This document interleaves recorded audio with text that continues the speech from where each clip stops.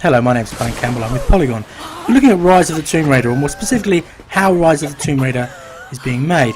I recently went to visit the developers at Crystal Dynamics, they're just outside San Francisco, and I spent the afternoon talking to the artists about how they went about creating Lara Croft for this new game. It's coming out on the Xbox 360 and the Xbox One in November. Obviously, a lot of the work is done in the motion capture studio. You can see here the actor Camilla Luddington and how she offers the voice and the movement and also the facial expressions of this character. But then the magic happens back in the studio when the artists get to grips with the footage that they've been given, and they use the technology that's available to them today to create a character who looks believable, who seems like she could actually exist in real life. When I spoke to the artist, one of them mentioned to me that the most difficult thing that you can do today in video games is create somebody that looks like a human being. And here you can get a sense of the scale of the problem.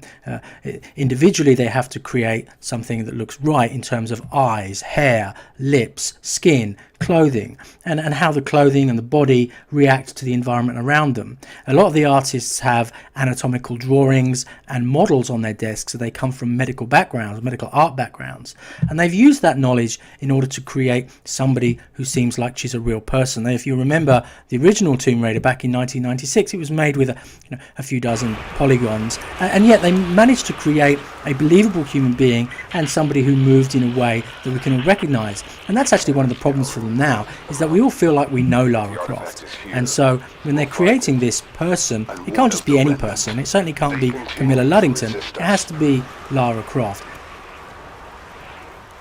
And you can see here some of the storyboard work that's done, how it translates to creating the scenes, such as here where Lara Croft is in Siberia on her own in mortal danger, and how it works in the motion capture studio with the actor, and then finally how it comes out in the final scene. And a lot of this footage you may have seen for the E3 demo that was shown a few weeks ago.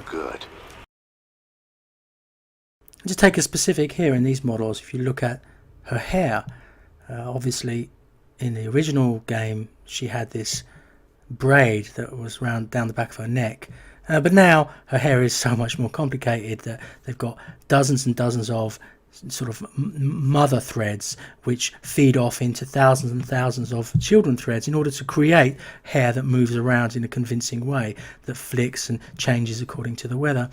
And you can see here some of the work that's been done on her body, on how she moves, how her muscles move, how they tense when she tries to climb up the side of a ladder. You can expect to spend a fair amount of time exploring tombs. And one of the things that I do find interesting about this game is that they've expanded the size of those tombs and the scale of them, and so inside each tomb there are multiple puzzles with a final destination. There is also a lot more water and a lot less or fewer QTEs.